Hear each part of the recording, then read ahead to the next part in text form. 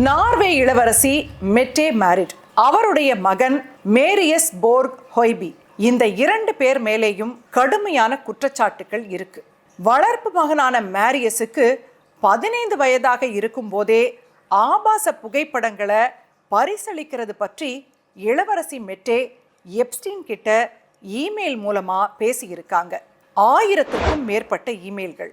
எப்ஸ்டீனோட palm beach பங்களாவில் தங்கினதுன்னு கையும் களவுமா இளவரசி மெட்டே மேரிட் மாட்டிக்கிட்டு நாட்டு மக்கள்கிட்ட பகிரங்கமா மன்னிப்பு கேட்டிருக்காங்க.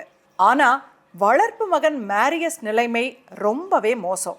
29 வயதான மேரியஸ் மேல 4 பெண்களை பாலியல் வன்கொடுமை செய்தது, போதைப் பொருள் கடத்தியதுன்னு 38 வழக்குகள் இருக்கு. 16 வருடம் வரைக்கும் அவருக்கு சிறை தண்டனை கிடைக்க வாய்ப்பு இருப்பதா சொல்றாங்க.